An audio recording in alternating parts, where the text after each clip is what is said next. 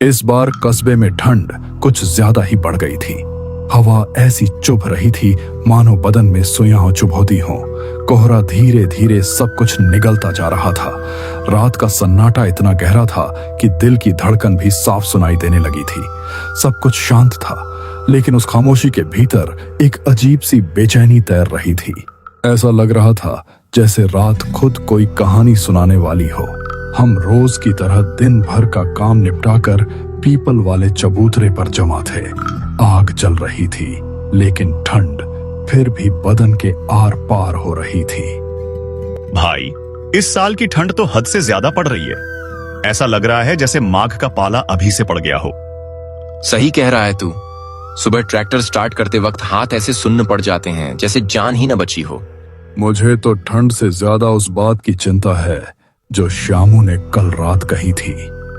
कौन सी बात? ऐसी क्या बात है जो तुझे इतना परेशान कर रही है? अरे धीरे बोल। श्यामू ने बताया था कि कल रात नदी के पास एक अजीब सी परछाई घूम रही थी। परछाई? कैसी परछाई? एक औरत की, वो भी बिल्कुल अकेली। श्यामू तो उसे देखकर बेहोश होते होते बचा। हवा और ठंडी हो गई थी। आग की लपटें भी जैसे सिहरने लगी हों। सब एक दूसरे की तरफ देखने लगे। और देखो यार, इतनी रात हो गई लेकिन हरदेव चाचा अभी तक नहीं आए। उनके बिना तो चबूतरे की रौनक ही नहीं जमती। तभी धुंध के बीच दूर से एक आकृति उभरती दिखाई दी। धीरे, बहुत धीरे, जैसे कोहरा खुद किसी को हमारी तरफ धकेल रहा हो। अरे देखो, लगता है चाचा आ रहे हैं। सबकी निगाहें उसी दिशा में टिक गईं। धुंध इतनी घनी थी कि कुछ साफ दिख नहीं रहा था, लेकिन जैसे जैसे आकृति पास आई, पहचान में आ गया। वो और कोई नहीं, हमारे गांव के किस्से सुनाने वाले हरदेव चाचा थे। हरदेव चाचा बिना एक शब्द बोले चबूतरे पर आए। धीरे धीरे चलते हुए आग के बिल्कुल पास बैठ गए। उनका चेहरा बुझा बुझा सा लग रहा था, जैसे आज वो कुछ ऐसा लेकर आए हों जो दिल के भीतर तक उतर जाए। चाचा, आज तो बड़ी देर कर दी आपने। हम सब आपका ही इंतजार कर रहे थे। कहीं गांव से बाहर चले गए थे क्या? या फिर खेतों में ज्यादा काम पड़ गया?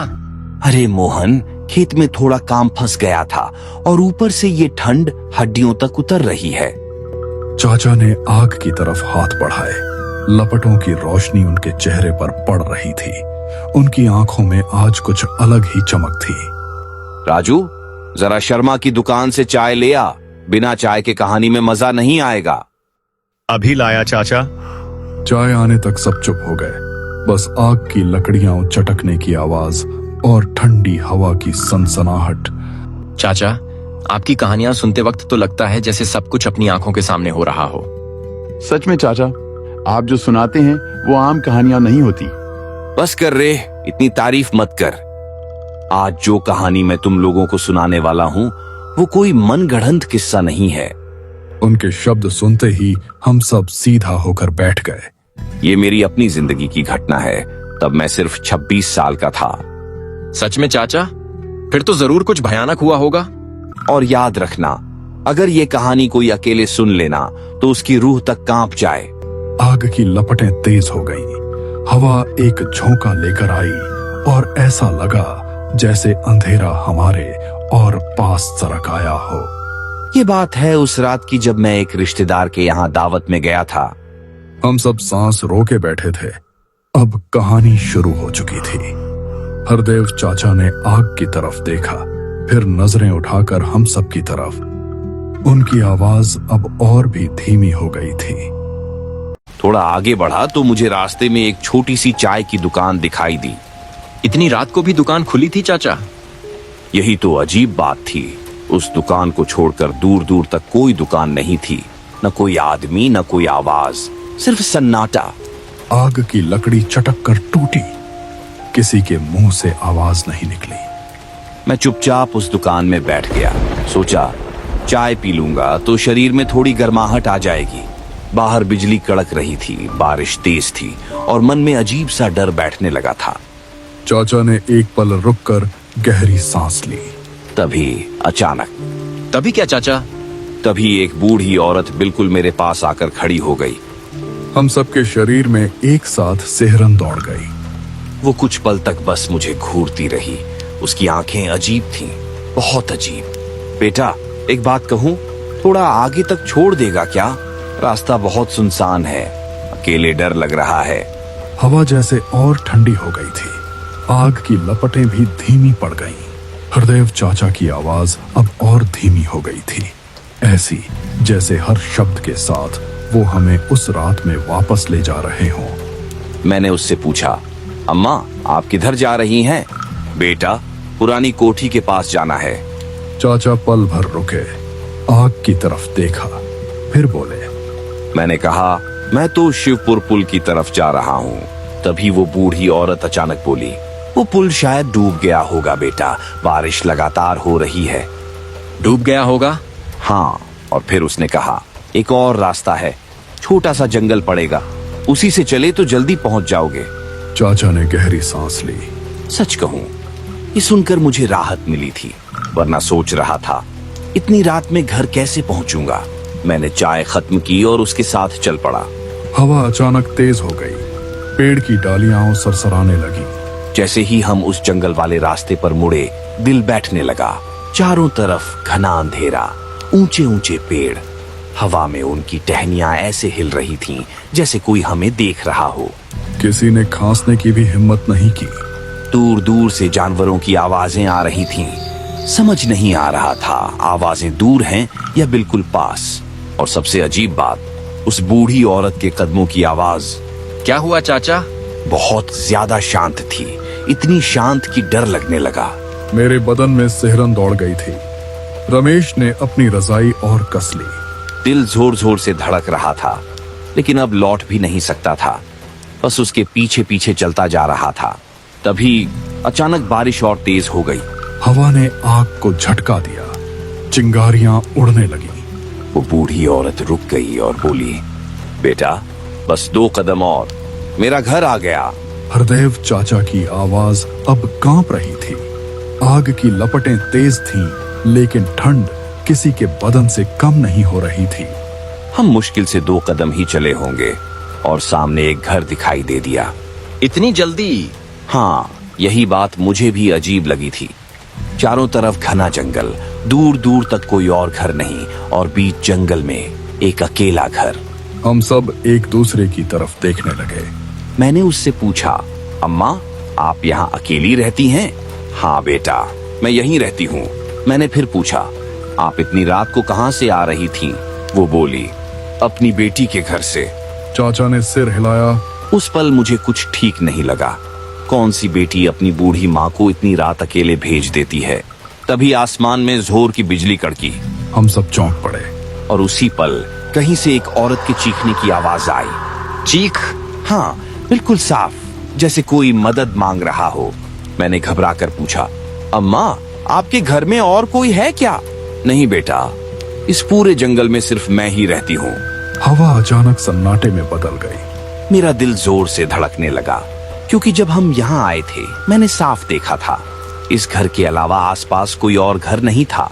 फिर अचानक चाचा रुक गए, कुछ पल तक चुप रहे। मेरी आंखों के सामने एक लंबा झुका हुआ साया तेजी से सरकता हुआ निकल गया। किसी की सांस अटक गई। उसकी चाल इंसानों जैसी नहीं थी। ऐसा लगा जैसे कोई डरावना जीव अंधेरे में छिपकर हमें देख रहा हो। चबूतरे पर अब बिल्कुल सन्नाटा था। आग जल रही थी, लेकिन किसी को गर्मी महसूस नहीं हो रही थी।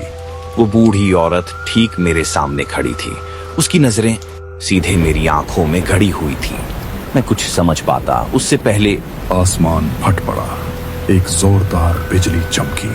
उस एक पल की बिजली में जो मैंने देखा, वो बूढ़ी औरत नहीं थी। तो फिर? उसकी आंखें लाल भूत जैसी चमक रही थीं। उसका चेहरा जगह जगह से कटा हुआ था, शरीर टेढ़ा, हड्डियां बाहर निकली हुई। रमेश ने डर के मारे आंखें बंद कर ली। और तभी हवा में धूल का एक तेज बवंडर उठा। मुझे समझ आ गया था, अगर अब भी एक पल रुका तो जिंदा नहीं बचूंगा। चाचा ने मुट्ठी भींच ली। मैंने पीछे मुड़कर भी नहीं देखा। जितनी ताकत थी उतनी तेज दौड़ पड़ा। बारिश तीरों की तरह बदन पर लग रही थी। बिजली बार बार कड़क रही थी। पेड़, झाड़ियां, कांटे सब बदन चीरते जा रहे थे। हम सबकी सांसें तेज हो चुकी थी।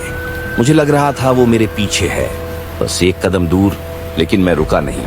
भागते भागते आखिरकार जंगल खत्म हुआ चाचा ने गहरी सांस ली। और सामने मुझे एक गांव दिखाई दिया।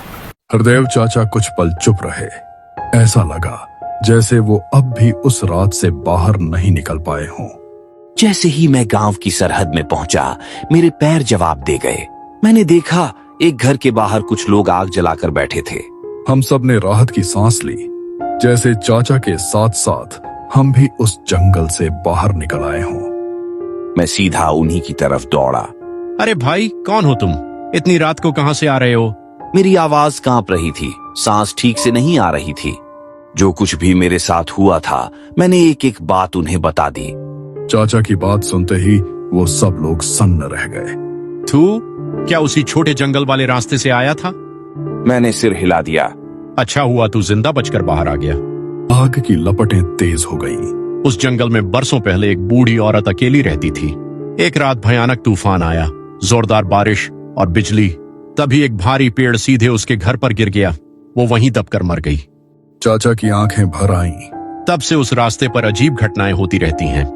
रात में वहां से हवा भी डरावनी लगती है। हरदेव चाचा की आवाज भारी हो गई। उस रात मेरे भीतर घर जाने की हिम्मत नहीं बची थी। एक काका ने मेरे लिए वहीं सोने का इंतजाम कर दिया। आग बुझने लगी थी। चारपाई पर लेटा तो था, लेकिन आंखों में नींद नहीं थी। वो चेहरा, वो लाल आंखें बार बार आंखों के सामने आ रही थीं।